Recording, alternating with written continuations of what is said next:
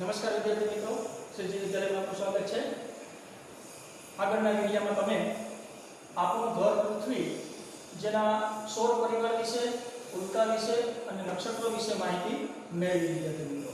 તો આ વિડિયોની અંદર આજે આપણે પૃથ્વીનું સ્થાન અને એનો આકાર કેવો છે એના વિશેની માહિતી આપણે મેળવીએ।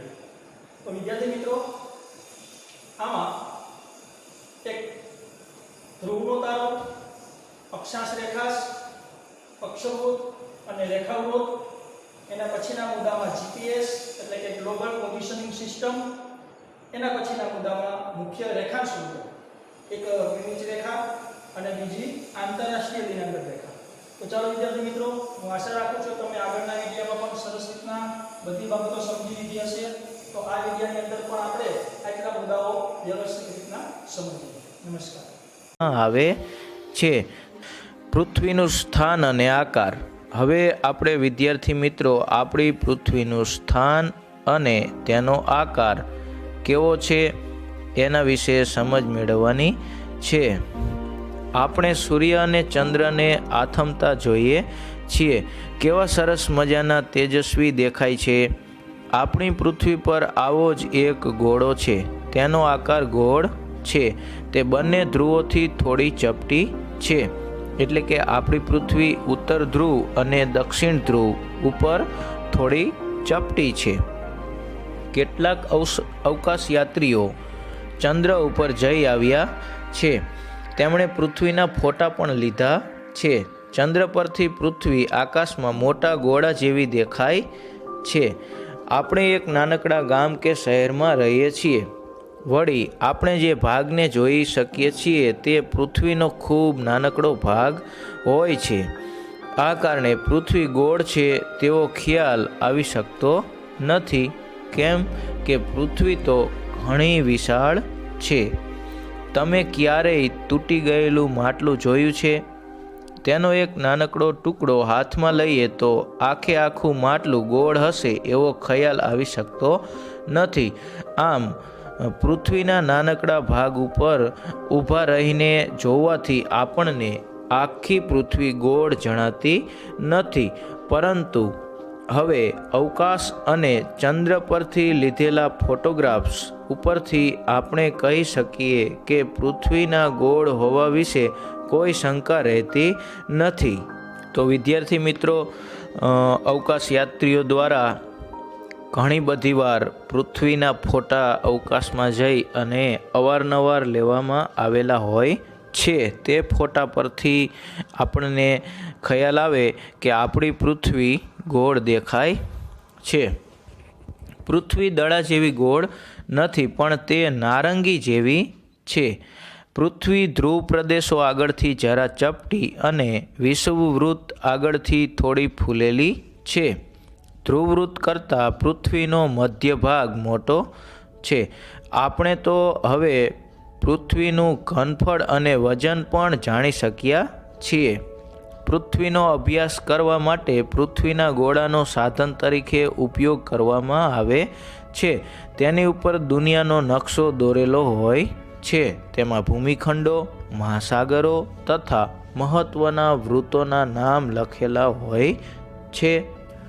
પૃથ્વીનો ગોળો એ પૃથ્વીની નાની પ્રતિકૃતિ છે, એટલે કે આપણી પૃથ્વીનું મોડલ છે।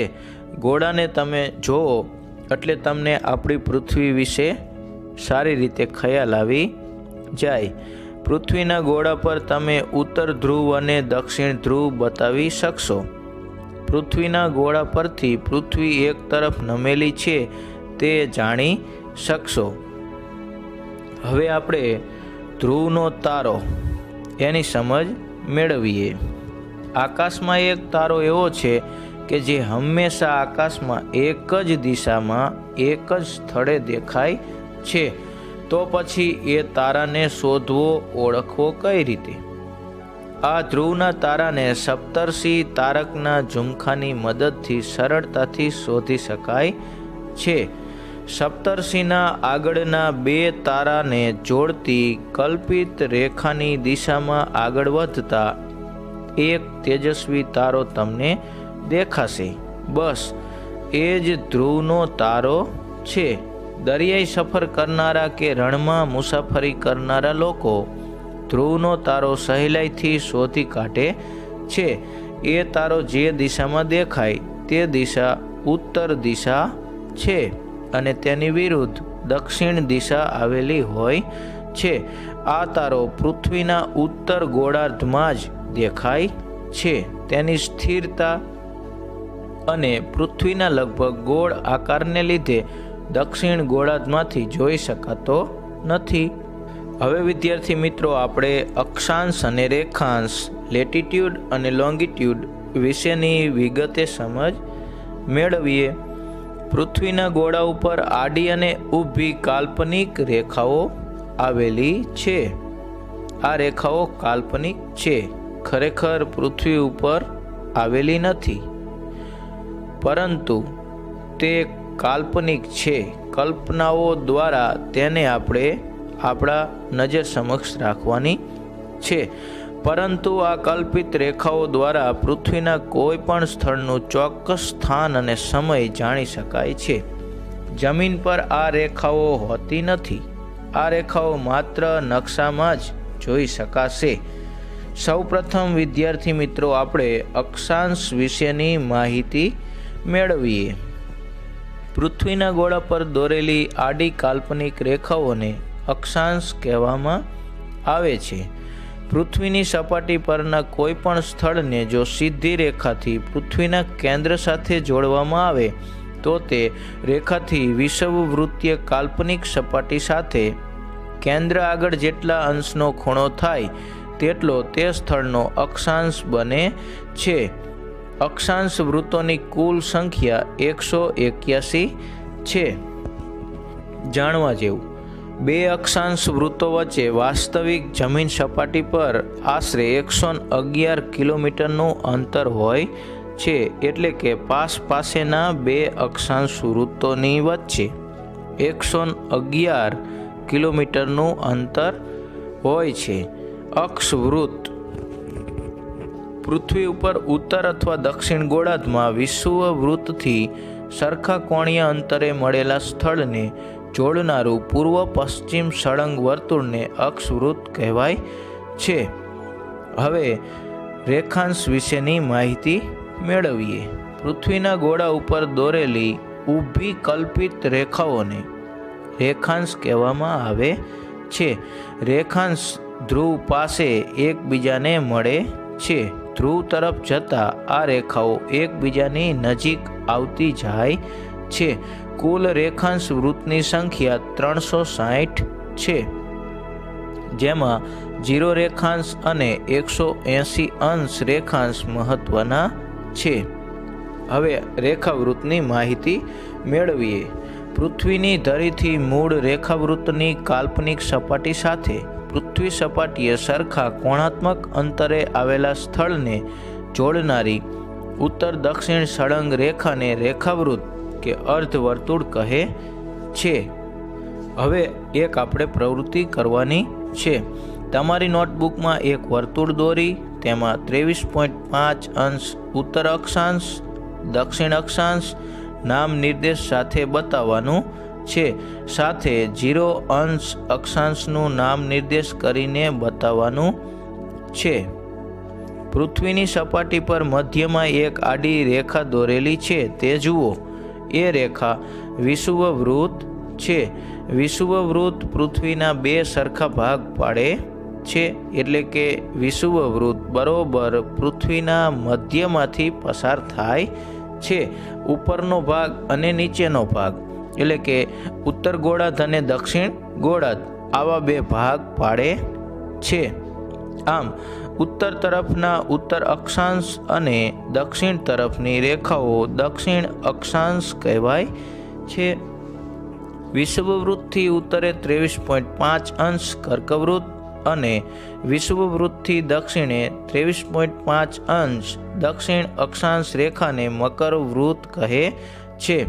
આ જ પ્રમાણે વિષુવવૃત્તથી ઉત્તરે 66.5 અંશ ઉત્તર અક્ષાંશ રેખાને ઉત્તર ધ્રુવવૃત્ત અને વિષુવવૃત્તથી દક્ષિણે 66.5 અંશ દક્ષિણ અક્ષાંશ રેખાને દક્ષિણ ધ્રુવવૃત્ત કહે છે. વિષુવવૃત્તની ઉત્તરમાં કર્કવૃત્ત સુધી તેમજ દક્ષિણમાં મકરવૃત્ત સુધી દેખાતી સૂર્યની ગતિને અયન કહેવાય છે. તેથી આની વચ્ચેના વૃત્તોને અયન વૃત્તો કહેવાય છે. સૂર્યની આ ગતિને 6 મહિના જેટલો સમય લાગે છે. પૃથ્વી 66.5 અંશના ખૂણે નમેલી છે. આથી સૂર્યના કિરણો કર્કવૃત્ત અને મકરવૃત્ત વચ્ચે લગભગ સીધા પડે છે. જાણવા જેવું 23.5 અંશને 23 ડિગ્રી અને 0.5 મિનિટ તરીકે વંચાય છે. વિદ્યાર્થી મિત્રો, અયન વૃત્તોની આકૃતિ સરસ મજાની આપેલી છે.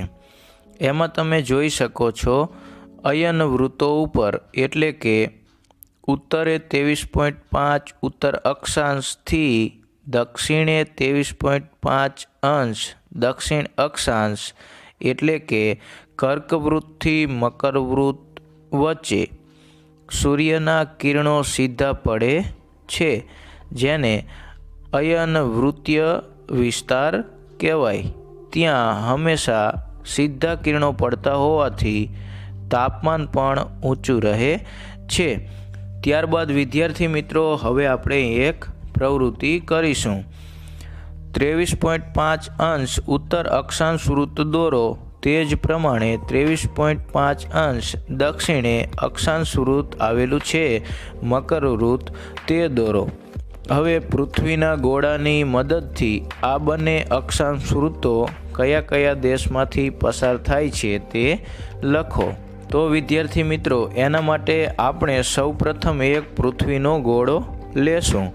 પછી એ ગોળામાં જોઈ અને આપણે લખશું કે કર્કવૃત્ત કયા કયા દેશોમાંથી પસાર થાય છે.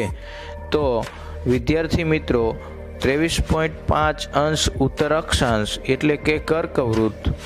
પૃથ્વીના ગોળાને જોતા કર્કવૃત્ત આટલા દેશોમાંથી પસાર થાય છે. સૌપ્રથમ આપણે એશિયા ખંડના દેશોને જોઈએ. તો સૌપ્રથમ ભારત, પાકિસ્તાન, બાંગ્લાદેશ, મ્યાનમાર, ચીન, તાઇવાન, ઓમાન, સાઉદી અરેબિયા, સંયુક્ત આરબ અમીરાત, આટલા દેશોમાંથી એશિયાના આટલા દેશોમાંથી કર્કવૃત્ત પસાર થાય છે. ત્યારબાદ આપણે આફ્રિકા ખંડના દેશો જોઈએ. ઇજિપ્ત, લીબિયા, નાઇજર, અલ્જીરિયા, માલી, મોરિટાનિયા, પશ્ચિમ સહારા પ્રજાસત્તાક, આટલા દેશો આફ્રિકાના છે. ઉત્તર અમેરિકાનો એક દેશ મેક્સિકો, એમાંથી પણ કર્કવૃત્ત પસાર થાય છે. ત્યારબાદ 23.5 અંશ દક્ષિણ અક્ષાંશ એટલે કે મકરવૃત્ત.